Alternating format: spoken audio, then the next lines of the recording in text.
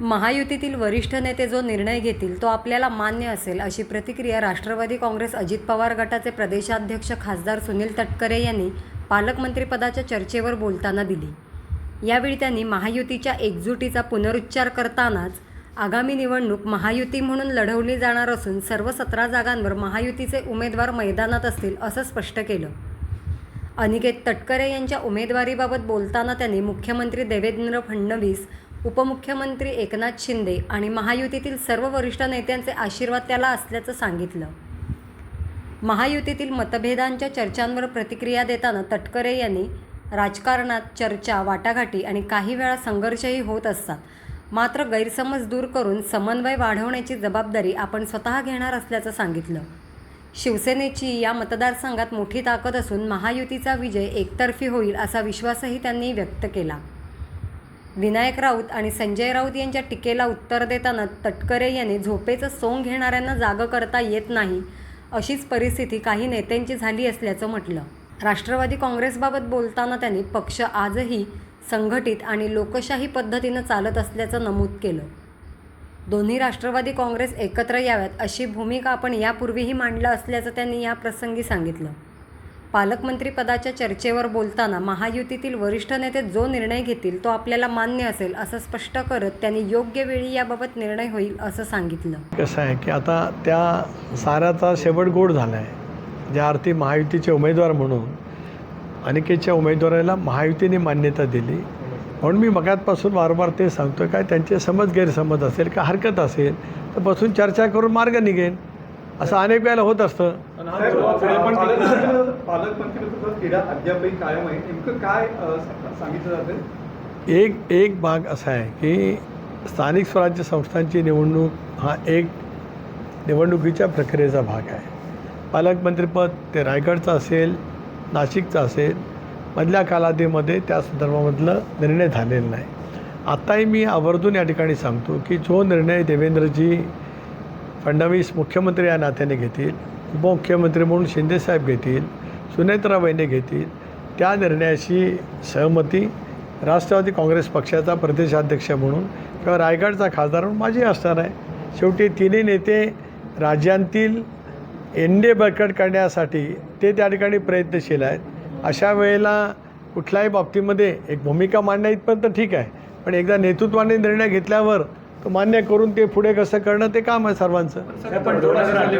पालकमंत्रीपद गोगावलेंना म्हणजे भरतशेठ गोगावलेंना आणि अनिकेतजींना ही उमेदवारी ही वस्तुस्थिती आहे का, म्हणजे ही तडजोड झालेली? एक असं आहे की या सगळ्या गोष्टीची चर्चा जरूर पुढच्या कालावधीमध्ये होईल.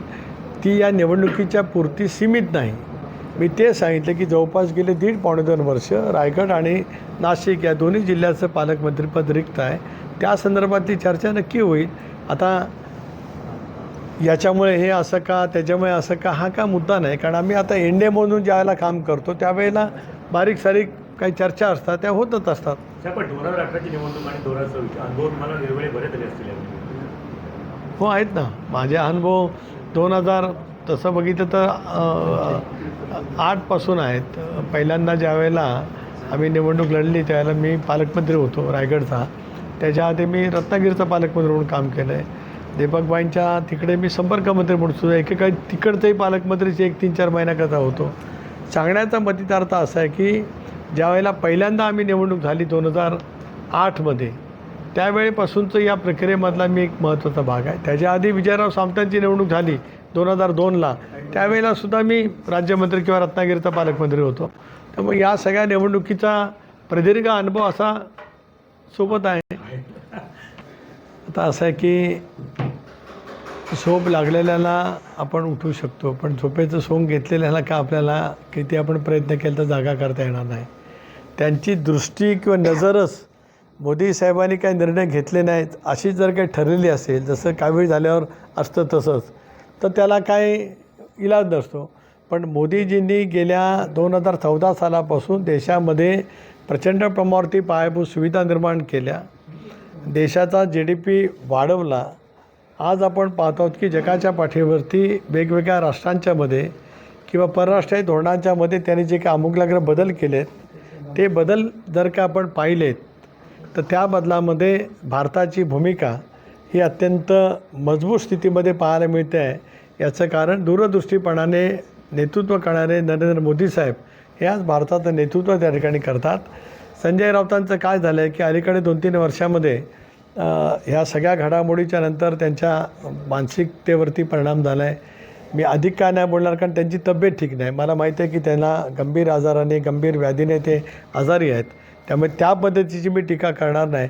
पण अशा वेळेला थोडंसं त्यांचा मानसिक संतुलन कमी अधिक होत असतं. तरी पण त्यांची तब्येत लवकर बरी हो ही भैरी मातेच्या चरणी माझी प्रार्थना आहे. नाही गौप्यस्फोट काही नाही, हा स्फोट नाही, हा ही वस्तुस्थिती आहे. त्यावेळेला सुद्धा दादांच्या निधनापूर्वी दोन्ही राष्ट्रवादी काँग्रेस पक्षाच्या विलिनीकरणाच्या चर्चा झाल्या होत्या. ही बाब मी सुद्धा नंतर सांगितली.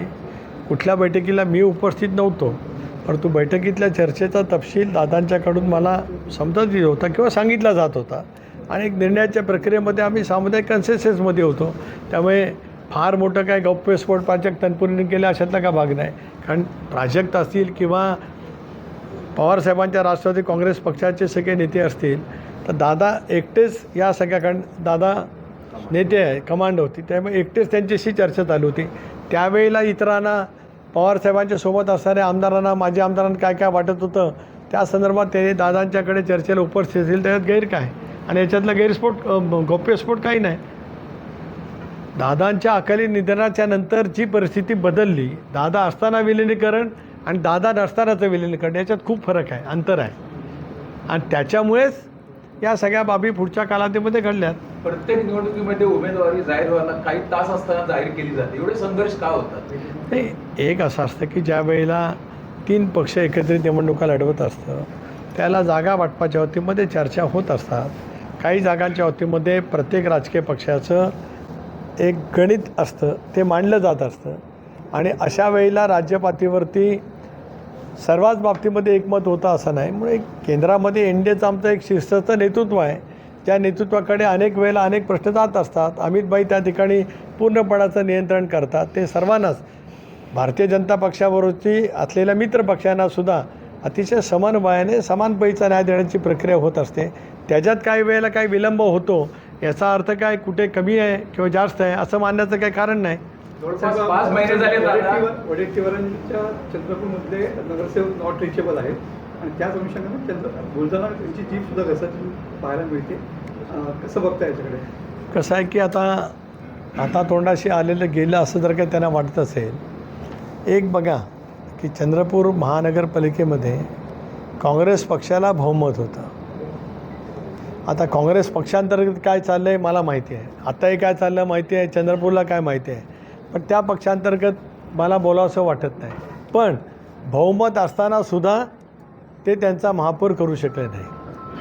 आता त्यावेळेला ज्यांचा महापौर होऊ शकला नाही त्यांनी काळाच्या ओघात जसा सूड उगवला जातो तसा तो उगवला गेला की काय. आणि त्याच्यातून काही नगरसेवक जर काय नॉट रिचेबल असतील तर प्रत्येकाने आपापलं आत्मपरिष्कार आत्मचिंतन करावं. दक्कर साहेब, जवळपास 5 महिने झाले आपण प्रगत महाराष्ट्रामध्ये दादांचा घात की अपघात त्याचं अजून उत्तर जनतेला मिळालेलं नाही. नेमकं काय? एक असं असतं की अशा पद्धतीचे विमान अपघात होतात तर त्याच्या चौकशीची एक पद्धती केंद्र पातळीवरती नक्की करण्यात आलेली आहे. त्या विभागाच्या मार्फत एक स्वतंत्र एक व्यवस्था स्थापन करण्यात आलेली आहे. त्या व्यवस्थेच्या मार्फत एक चौकशी होत असते. राज्य सरकारने CIDची चौकशी सुरुवातीला घोषित केली. त्याचबरोबर ती आम्ही सर्वांनी मागणी केली त्याप्रमाणे CBIची चौकशी सुरू आहे. शेवटी विमान अपघातामध्ये ब्लॅक बॉक्स आणि नेमकं काय काय घडलं याची एक तपशीलवार सखोल चौकशी त्या ठिकाणी होत असते. त्या बाबतीमध्ये आमच्या मनामध्ये काही शंका आहेत म्हणूनच आम्ही मुख्यमंत्री महोदयांना भेटलो, CBIच्या चौकशीची मागणी केली. आम्ही आदरणीय अमितभाई शहासाहेबांना भेटलो, केंद्रीय गृहमंत्र्यांना त्यांच्याकडे मागणी केली. तो तपास लवकर पूर्ण झाला पाहिजे आणि त्या तपासाचा तपशील राज्यातल्या जनतेसमोर आणि देशातल्या जनतेसमोरसुद्धा आला पाहिजे ही आमच्या सर्वांची भूमिका आहे. प्रफुल्ल पटेल, सुनील तटकरे आदी वरिष्ठ नेते लवकरच भाजप